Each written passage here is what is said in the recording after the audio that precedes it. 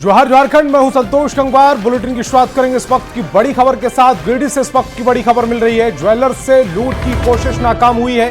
जेवर से भरे बैग को लूटने की कोशिश की गई थी। भीड़ जुटने पर बदमाशों ने हवाई फायरिंग की और फरार हो गए। पूरी घटना सीसीटीवी में कैद हुई है। जमुआ थाना क्षेत्र का यह पूरा मामला है। दो तस्वीरें फिलहाल आपकी टेलीविजन स्क्रीन पर। पहली तस्वीर सीसीटीवी फुटेज जिसमें बैग लूटने की कोशिश की गई है। ज्वेलरी से भरा हुआ ये जो बैग था जिसे लूटने की कोशिश की गई, ज्वेलर्स से लूट की कोशिश की गई है। दूसरी तस्वीर जो पूरे घटनाक्रम को की क्लियर पिक्चर है और इसी ज्वेलरी शॉप में यह लूट की कोशिश की गई। जेवर से भरे हुए बैग को लूटने की कोशिश, भीड़ जुटने पर बदमाश हवाई फायरिंग कर भाग गए। पूरी घटना सीसीटीवी कैमरे में कैद हुई है। जमुआ थाना क्षेत्र का यह पूरा मामला बताया जा रहा है। दो तस्वीरें आपकी टेलीविजन स्क्रीन पर। पहली तस्वीर में जो सीसीटीवी फुटेज है उसमें बाइक से आए हुए बदमाश भी नजर आ रहे हैं। वो लोग अज्ञात 6 लोग, हम किसी को पहचानते नहीं, न जानते हैं। हम हल्ला किए, बाहर के लोग, बहुत सारे लोग थे जो आने की कोशिश किए, पकड़ने का कोशिश किए, मगर उन लोग के पास 3 बाइक था। तीनों के 3 बाइक में 3 लोगों के पास गन था और 3 लोग हेलमेट लगा के गाड़ी ड्राइव कर रहे थे। वो लोग गोली चलाते हुए भाग के निकले। अब बोकारो से बड़ी खबर मिल रही है। ट्रांसफार्मर में आग लग गई जिससे हड़कंप मच गया। बीएस सिटी सेक्टर 2A में ये आग लगी है। शॉर्ट सर्किट की वजह से आग लगने की घटना हुई। आग की चपेट में आई पास की झाड़ी। फायर ब्रिगेड ने आग पर काबू पाया है। तस्वीर भी सम आप देख पा रहे होंगे। जो ट्रांसफार्मर है उसमें आग लगी है। बीएस सिटी सेक्टर 2A में ये आग लगी है। शॉर्ट सर्किट की वजह से आग लगने की घटना हुई। आग की चपेट में आसपास की जो झाड़ी थी वो आ गई है। फायर ब्रिगेड की टीम ने आग पर काबू पाया। तापमान ज़्यादा होने की वजह से ओवरलोडेड था, जिसकी वजह से ट्रांसफार्मर का हमारा टेम्परेचर ज़्यादा हुआ, गैस किट लीक कर गया और ऑयल लीकेज करने लगा। इसके वजह से स्पार्क की वजह से इतना बड़ा हादसा हुआ और आग लग गया हमारे ट्रांसफार्मर में। फोम का उपयोग किए और फोम से लमसम 20 लीटर फोम खपत किया गया और फोम खपत करके ट्रांसफार्मर की आग को बुझा दी गई। और जैसे हम लोग बुझाए, साथ ही साथ हमारे सहयोगी दल जैसे SF फायर भी आ गए और आग को पूर्ण रूप से बुझा दी गई। और रामगढ़ से बड़ी खबर मिल रही है। रांची सीबीआई की टीम ने बड़ी कार्रवाई की है। सिरका परियोजना में कार्यरत सेफ्टी ऑफिसर गिरफ्तार हुआ है। घूस लेते सेफ्टी ऑफिसर राजेंद्र प्रसाद गिरफ्तार हुआ है। CCL कर्मी से 10,000 रुपए घूस लेते गिरफ्तार हुआ। ओवरमैन सत्येंद्र महतो को भी हिरासत में ले लिया गया है। बड़ी खबर इस समय आपकी टेलीविजन स्क्रीन पर, जहां रामगढ़ से बड़ी खबर आप तक पहुंचा रहे। रांची सीबीआई की टीम ने यह बड़ी कार्रवाई की। सिरका परियोजना में कार्यरत सेफ्टी ऑफिसर गिरफ्तार हुआ है। घूस लेते सेफ्टी ऑफिसर राजेंद्र प्रसाद गिरफ्तार हुआ। CCL कर्मी से 10,000 रुपए इसने घूस मांगी थी। ओवरमैन सत्येंद्र महतो को भी गिरफ्तार कर लिया गया है। बड़ी खबर इस समय आपकी टेलीविजन स्क्रीन पर। और बोकारो से बड़ी खबर मिल रही है। उत्पाद विभाग की बड़ी कार्रवाई सामने आई। मिनी शराब फैक्ट्री का खुलासा हुआ है। 60 पेटी विदेशी शराब भी जब्त की गई है। 556 लीटर शराब के साथ खाली बोतल जब्त की गई। झारखंड सरकार का नकली होलोग्राम बरामद हुआ है। पिंडरा जोरा थाना के औलगड़ा का यह पूरा मामला है। संचालकों के खिलाफ कार्रवाई लगातार जारी है। बड़ी खबर बोकारो से।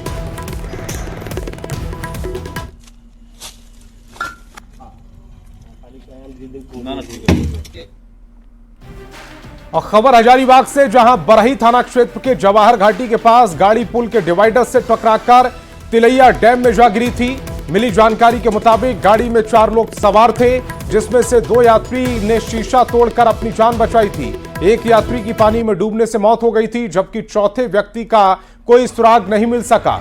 मौके पर पहुंची चौपारण पुलिस ने क्रेन की मदद से गाड़ी को बाहर निकाला और चौथे व्यक्ति की तलाश में जुटी। इसी के लिए गोताखोर की मदद ली जा रही है।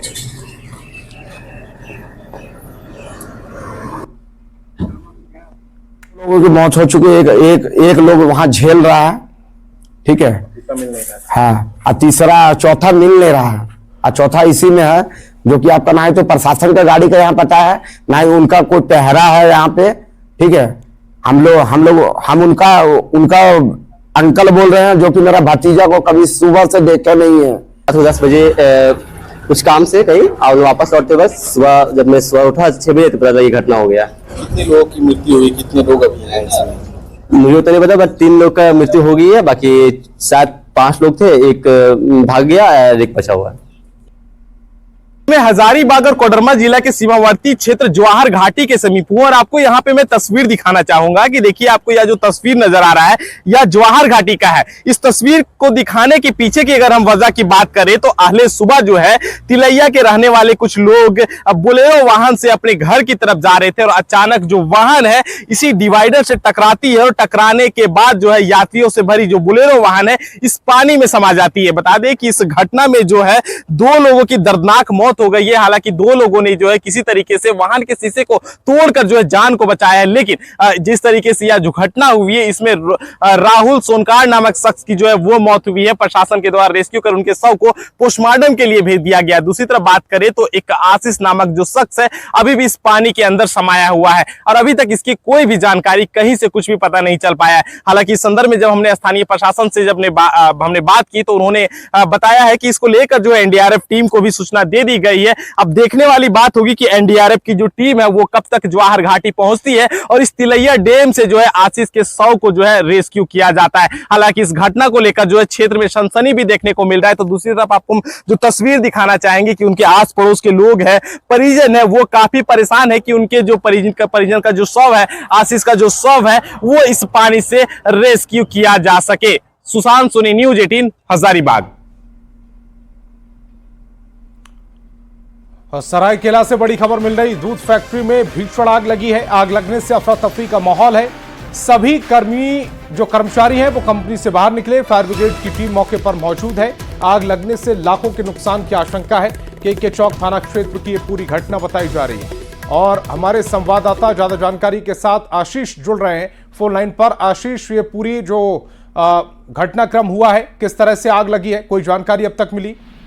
जी बता दूं कि जमशेदपुर से सटे सरायकेला जिले के चौका थाना क्षेत्र के पास जो अमूल फैक्ट्री था उसी फैक्ट्री के 3 मंजिल में अचानक से आग लग गई और आग देखते देखते विकराल रूप ले लिया। हालांकि आग लगने के बाद पूरे कंपनी कैंपस के अंदर जो है कर्मचारियों के बीच अफरा तफरी का माहौल रहा। सभी ने जान बचाकर अपने कंपनी के बाहर भागा। हालांकि ये आग एसी फटने से जिस तरह बातें सामने आ रही कि एसी शॉर्ट सर्किट हुआ और एसी फट गया, उसके बाद जो है आग लग गई और आग देखते देखते पूरी तरह से विकराल रूप ले लिया है कैंपस के अंदर। मौके पर सूचना मिलते ही दमकल की 2 गाड़ी मौके पर पहुंची है और आग बुझाने का प्रयास किया जा रहा है। हालांकि फैक्ट्री को पूरी तरह से खाली कर दिया गया है। 3रे मंजिल में ये आग लगी है, तस्वीर में आप साफ तौर पर देख सकते हैं। मगर अभी दमकल की 2 गाड़ियां मौके पर पहुंची हुई है और आग पर काबू पाने का प्रयास किया जा रहा है कड़ी मशक्कत के बाद। हालांकि इस आग के बाद कहीं ना कहीं अनुमान लगाया जा रहा है कि लाखों का नुकसान हो सकता है, क्योंकि पूरे कैंपस के अंदर जो आग काफी तेजी से फैली थी। कागज पत्तर से जितने भी दूध की जो प्लास्टिकियां होती है वो कहीं ना कहीं जल गए हैं, जिससे जो आग है वो पूरी तरह से विकराल रूप ले लिया। जी, इसमें कितने नुकसान की आशंका जाहिर की जा रही है? फिलहाल अभी आग बुझाने का प्रयास, कर्मचारियों से बात हुई है, उनके अधिकारियों से भी हमारी बात हुई, तो उन्होंने साफ तौर पर कहा कि आग बुझने के बाद ही लमसम पूरी तरह से इसका डिटेल निकाल पाया जाएगा कि कितना का नुकसान है। मगर आग को देखकर आप साफ तौर पर अंदाजा लगा सकते हैं कि कहीं ना कहीं लाखों का नुकसान हुआ है, क्योंकि दूध की कंपनी थी और अंदर में जो है कंपनी के जितने भी स्टीकर और दूध के जो प्लास्टिका उसी में आग पकड़ी है। वही काफी तेजी से आग जो है वो फैल चुकी है, जिसकी वजह से आग बुझाने में भी दमकल के अधिकारियों को, कर्मचारियों को काफी परेशानी का सामना करना पड़ रहा है। फिलहाल अभी भी आप हमारे साथ जुड़े, आपका बहुत बहुत शुक्रिया। और बोकारो से बड़ी खबर मिल रही है। कलिका राय हत्याकांड में पुलिस की जांच से परिजन नाखुश है। पुलिस के बयान को गलत बताया, कहा बुजुर्ग व्यक्ति का चरित्र का हनन किया जा रहा है। हत्या लूटपाट के इरादे से की गई है। पुलिस का आरोपी परिवार को बचाने का आरोप है।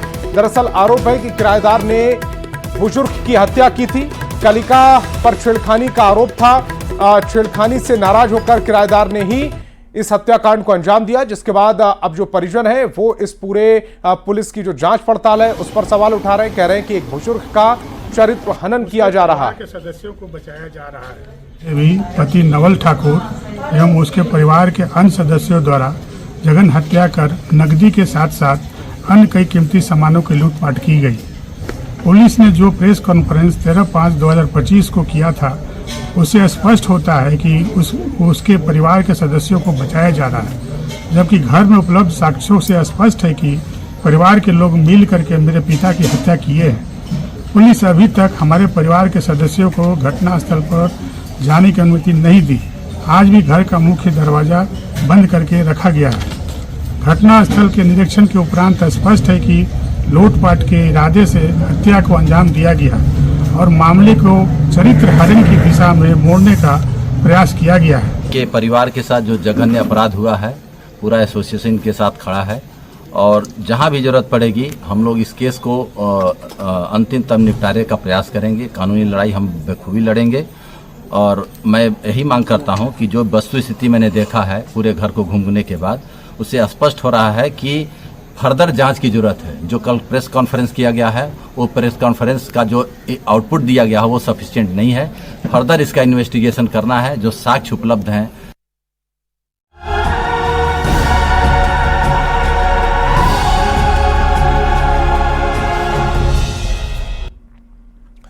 और अब बात बीजेपी की तिरंगा यात्रा की। ऑपरेशन सिंदूर की सफलता के बाद रांची में तिरंगा यात्रा निकाली गई। जिला स्कूल शहीद चौक से निकाली गई बिरसा मुंडा समाधि स्थल तक ये तिरंगा यात्रा। इस तिरंगा यात्रा में रक्षा राज्य मंत्री संजय सेठ, पूर्व सीएम बाबूलाल मरांडी, सांसद आदित्य साहू, विधायक सीपी सिंह मौजूद रहे। बीजेपी नेताओं और कार्यकर्ताओं के साथ तिरंगा यात्रा में बड़ी संख्या में पूर्व सैनिक, सामाजिक कार्यकर्ता और आम लोग भी शामिल हुए। रांची की तिरंगा यात्रा में 100 फीट का झंडा आकर्षण का केंद्र रहा।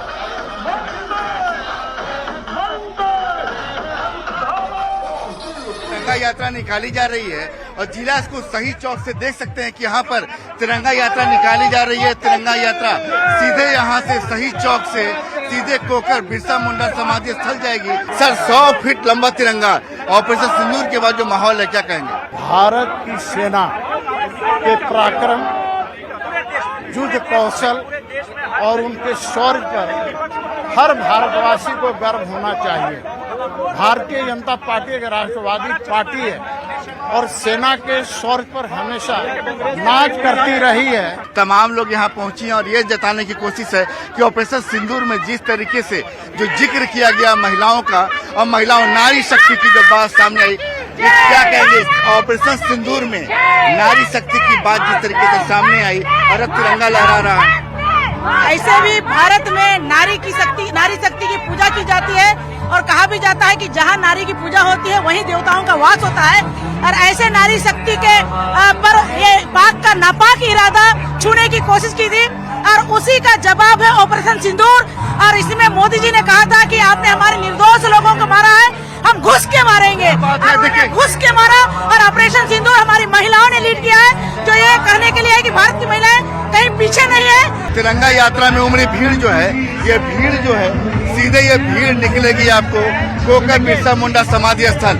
नेशन फर्स्ट का भाव है, राष्ट्र प्रथम, राष्ट्र ही सब कुछ है, देश ही सब कुछ है, भारतीय तिरंगा ही हमारे लिए सब कुछ है। और तभी पूरा देश आज भारतीय फौज को, भारतीय तिरंगा, प्यारा न्यारा तिरंगा को लेकर भारतीय फौज को सैल्यूट कर रहा है। आज इतना बड़ा तिरंगा निकालकर भगवान बिरसा मुंडा की पावन धरती रांची से आज हजारों हजार लोग, कोई पॉलिटिकल पार्टी नहीं, ये आम लोग हैं, पूर्व सैनिक हैं, महिलाएं हैं, धार्मिक संगठन के लोग, व्यापारिक संगठन के लोग, सामाजिक संगठन के लोग आकर आज भारतीय फौज को सैल्यूट कर रहे हैं। क्या बात है। देख सकते हैं कि 100 फीट लंबा तिरंगा यहाँ से वहाँ तक हजार हाथों ने, कहते हैं कि तिरंगा की भावना अगर दिल में उमड़ पड़े तो देश सुरक्षित है। कैमरा प्रभाकर के साथ संजय कुमार सिन्हा, न्यूज़ 18 रांची। और आज आप सबने देखा, पूरा दुनिया ने इस बात को देखा किस प्रकार से पाकिस्तान के द्वारा आतंकवादियों को प्रशिक्षित करके भारत की धरती पर खून खराबा करते थे। लेकिन उन्हें लगता था कि शायद भारत में हम ऐसे ही बच जाएंगे। लेकिन जब से देश में प्रधानमंत्री नरेंद्र मोदी जी बने हैं 14 से, पाकिस्तान ने जितनी बार भी हिमाकत की है, देश के प्रधानमंत्री नरेंद्र मोदी जी ने कहा है कि अगर आप इस धरती में खून खराबा करेंगे तो घोष करके मारेंगे। सैकड़ों हजारों की संख्या में इसमें कार्यकर्ता तिरंगा के साथ भारतीय सेना को सलाम करते हुए, भारतीय सेना जिंदाबाद करते हुए हम लोग आए हैं। हमारे सेना ने जो पराक्रम दिखाया है वो इतिहास के पन्नों पे सुनहरे अक्षर में दर्ज होगा, उससे लोगों को बताते हुए हम लोग तिरंगा यात्रा निकाले। और झारखंड में तिरंगा यात्रा पर सियासत शुरू हो गई है। कांग्रेस और जेएमएम ने इस यात्रा को लेकर बीजेपी की मंशा पर सवाल उठाए। को चुनाव से जोड़ करके देखा जाता है, क्योंकि अभी उन्होंने राष्ट्र के नाम संबोधन किया, फिर तुरंत से अब 10 दिन तिरंगा यात्रा निकालेंगे। अरे देशभक्ति में क्या कमी है जो आपको तिरंगा यात्रा निकालना पड़ रहा है? आपने कोई देश को धोखा दिया है क्या? इनके नापाक हाथों में तिरंगा शोभा नहीं देगा। इन्होंने ऐसे भी 2004 तक अपने आरएसएस मुख्यालय पर तिरंगा नहीं फहराया। आज आजाद देश में, आजाद भारत के इतिहास में, स्वाधीनता संग्राम में इनकी कोई भूमिका नहीं है, नगण्य है। और ये बात करते हैं तिरंगा की। तिरंगा की लाज, अस्मिता बचाने का काम आज जो हमारे जैसे लोग हैं, जिनको संविधान पर विश्वास है, जिनको गंगा जमुनी तहजीब पर विश्वास है, वो उठाकर कंधे पर चल रहे हैं। और ऑपरेशन सिंदूर की सफलता से उत्साहित विश्व हिंदू परिषद ने सेना के शौर्य को लेकर बधाई दी। परिषद ने केंद्रीय महामंत्री ने कहा है कि सेना ने पराक्रम और सरकार की इच्छा शक्ति की वजह से आतंकियों के ठिकानों को ध्वस्त किया गया। उन्होंने जो शौर्य और पराक्रम दिखाया है, विश्व हिंदू परिषद उस पर बहुत हर्ष व्यक्त करती है, डटकर रक्षा बलों के समर्थन में खड़ी है। और भारत सरकार ने जो आगे के लिए संकल्प व्यक्त किया है कि हर आतंकवाद की घटना युद्ध की घटना मानी जाएगी, इस प्रकार के संकल्प को हम स्वागत करते हैं और विश्व हिंदू परिषद इस प्रकार की कार्रवाई का पूरा समर्थन करती है। और झारखंड में बांग्लादेशी घुसपैठ को लेकर विश्व हिंदू परिषद ने चिंता जताई है। विश्व हिंदू परिषद ने आरोप लगाया कि आदिवासी युवतियों के साथ शादी कर बांग्लादेशी घुसपैठिए उनकी जमीन को हड़प रहे हैं। साथ ही बांग्लादेशी घुसपैठिए अब चुनाव में भी वोट डाल रहे हैं, जो संवैधानिक हितों का हनन है। पूरे मामले में राज्य और केंद्र सरकार की ओर से एक दूसरे पर ठीकरा फोड़े जाने पर भी विश्व हिंदू परिषद ने चिंता जताई और घुसपैठियों की पहचान कर बांग्लादेश भेजने की मांग की।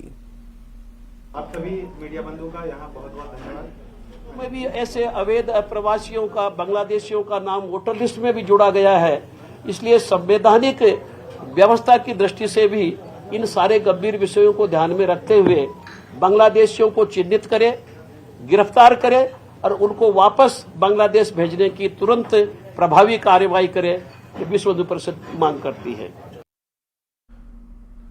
और मुख्यमंत्री हेमंत सोरेन से मुख्यमंत्री आवासीय कार्यालय में यूनिसेफ की भारत में प्रतिनिधि ने शिष्टाचार भ्रष्टाचार भेंट की है।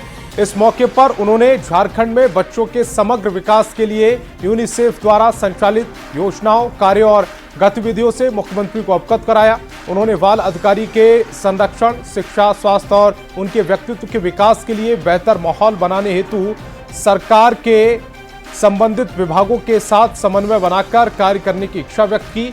मुख्यमंत्री ने यूनिसेफ के कार्यों की सराहना करते हुए उन्हें पूरा सहयोग देने का भरोसा दिया।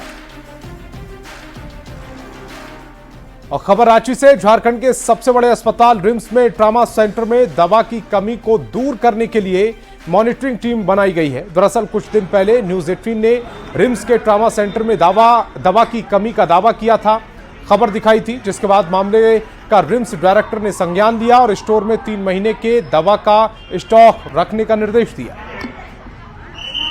देखिए, हमने ट्रॉमा सेंटर को पूरा का पूरा ऑलमोस्ट उसमें कई सारे चेंजेस करने का सोच ही लिया है, क्योंकि वहाँ बहुत क्राउड रहती है, लाइन लगी रहती है, ओपीडी जैसा माहौल मिलता है एक आध बार जब मैं राउंड पे गया हूँ।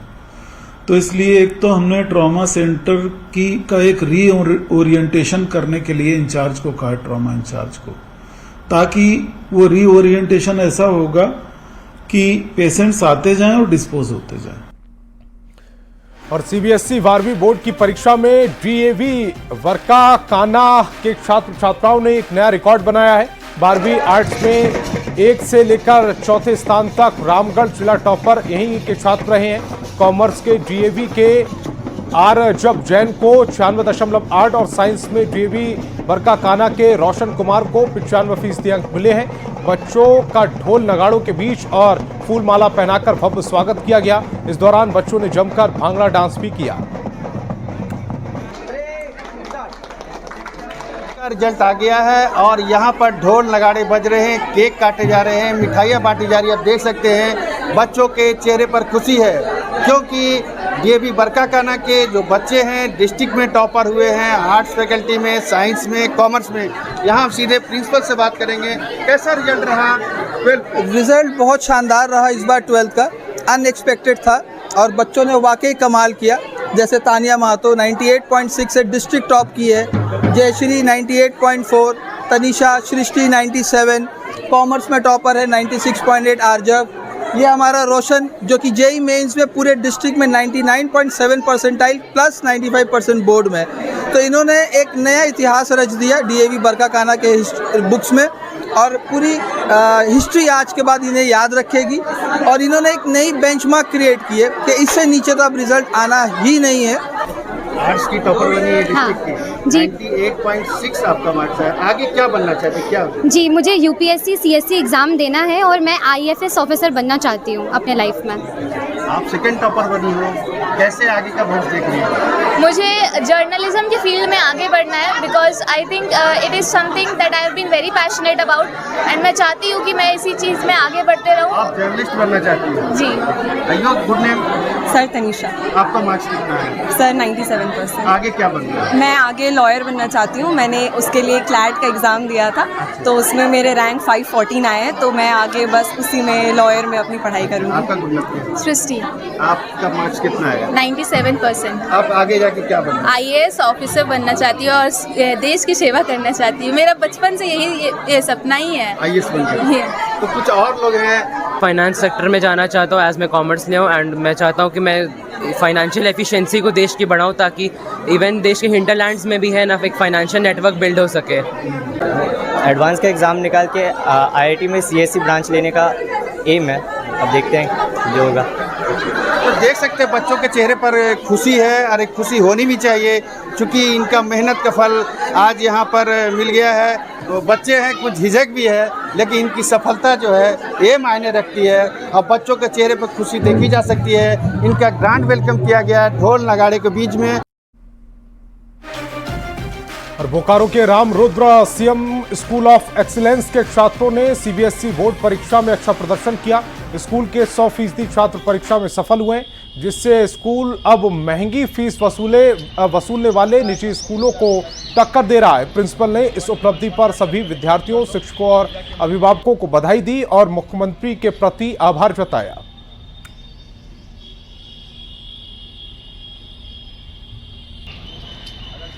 अब इंफ्रास्ट्रक्चर बेटर है, टीचर बेटर है एंड आगे तुम्हारा लक्ष्य क्या है? I want to pursue BTech from, हमको न्यूज़ से पता चला और टीचर भी यहाँ के बताया था हमको कि स्कूल सीबीएसई से एफिलेटेड हो गया, इंफ्रास्ट्रक्चर बेटर हो गया, टीचर बेटर आ गया। Yes sir. और हमारे जैसे जो बच्चे आते हैं वो बहुत ही लो बैकग्राउंड से आते हैं और उनके लिए सीबीएसई मतलब पढ़ना मतलब एक सपना हो जाता है, तो हम लोग पढ़ नहीं पाते हैं। तो फिर मैंने इसीलिए 9-10 भी जैक से किया क्योंकि हमारे बैकग्राउंड अच्छे नहीं थे। लेकिन 11-12 में जब मुझे अपॉर्चुनिटी मिली तो मैंने छोड़ा नहीं, मैंने इस स्कूल को चुना और मैंने फिर से इसी में सीबीएसई से तैयारी की और मैंने अपने पढ़ाई को आगे किया। सर मैं स्कूल को पहले भी जानती थी, लेकिन पहले के कंपैरिजन में अब यहाँ पे बहुत ही अच्छा सुविधा है और यहाँ के टीचर भी बहुत अच्छे से बच्चों को पढ़ाई पे ध्यान देते हैं। और गिरिडीह के हरिजन टोला के लोग एक एक बूंद पानी के लिए संघर्ष कर रहे हैं। वार्ड 15 के लोग नदी और चुआ का पानी पीने को मजबूर है। यहाँ करीब 50 परिवार रहते हैं। बस्ती में पाइपलाइन बिछी है लेकिन उससे आज तक पानी नहीं आया। लोगों ने कई बार अधिकारियों से शिकायत की, अब अधिकारी जल्द से जल्द समाधान का भरोसा दे रहे हैं। पानी की समस्या के लिए जो है हम लोग यहाँ से एक कंपनी है उसको डीपीआर बनाने के लिए ऑलरेडी दे दिए हैं और हम विगत जो है मंडे को हम लोग इसके लिए जो है रांची में सेक्रेटरी सर हम लोग को बुलाए थे और उस पर विमर्श हुआ और वो फाइनल स्टेज पर है, ठीक ना। तो पानी की समस्या जो है 36 वार्ड जो है उसमें उस डीपीआर के माध्यम से यदि हो गया तो सुचारू रूप से मिलेगा दोनों टाइम, सुबह और शाम। और अगली खबर मौसम से जुड़ी है। गुमला समेत कई जिलों में मौसम में बदलाव देखने को मिल रहा है। आसमान में काले बादल छाए हुए हैं और झमाझम बारिश हो रही है, जिससे तापमान में भी गिरावट आई है और लोगों को भीषण गर्मी से राहत मिली है। मौसम विभाग ने गुमला समेत 7 जिलों में भारी बारिश और ठनका का अलर्ट जारी किया है।